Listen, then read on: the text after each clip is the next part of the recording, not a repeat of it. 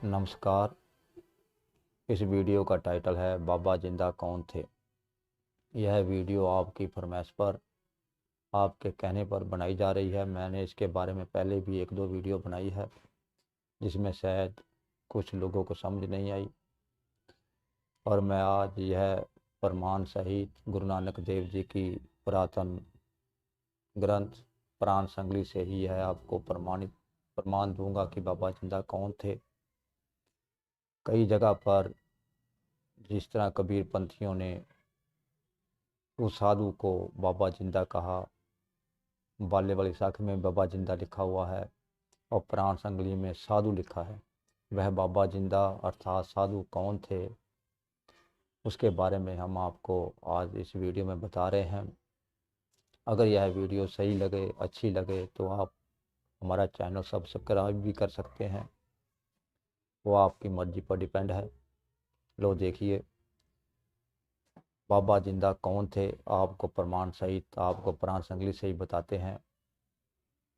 लो देखिए,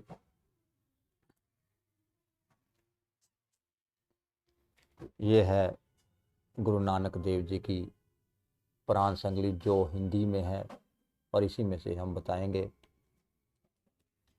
इसी के शुरुआती पेज पर यानी कि पेज नंबर 15 पर, जीवन चरित्र के पेज नंबर 15 पर लिखा हुआ है,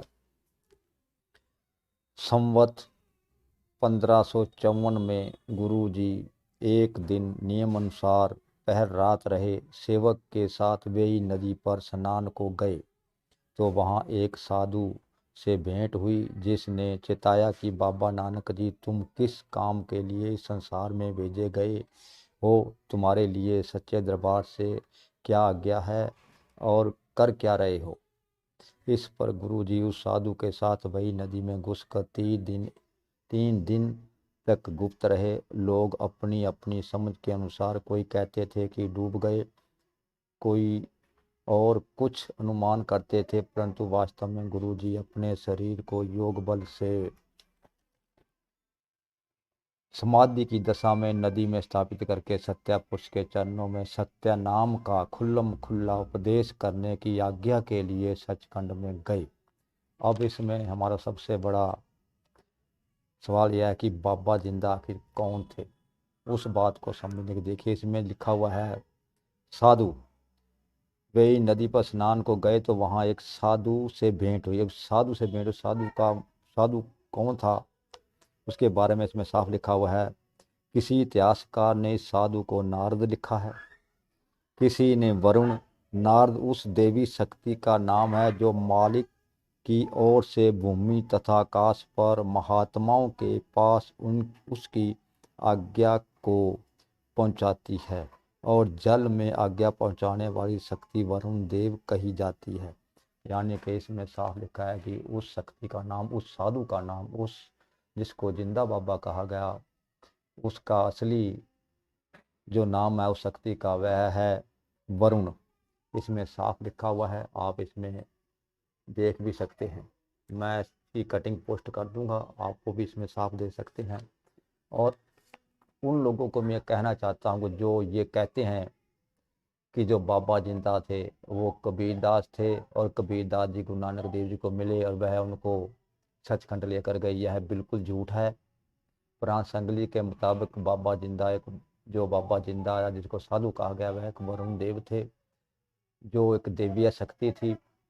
और गुरु नानक देव जी योग बल से, अपने योग से अपनी आत्मा को निकालकर सचखंड गए थे, यानी के शरीर को नहीं।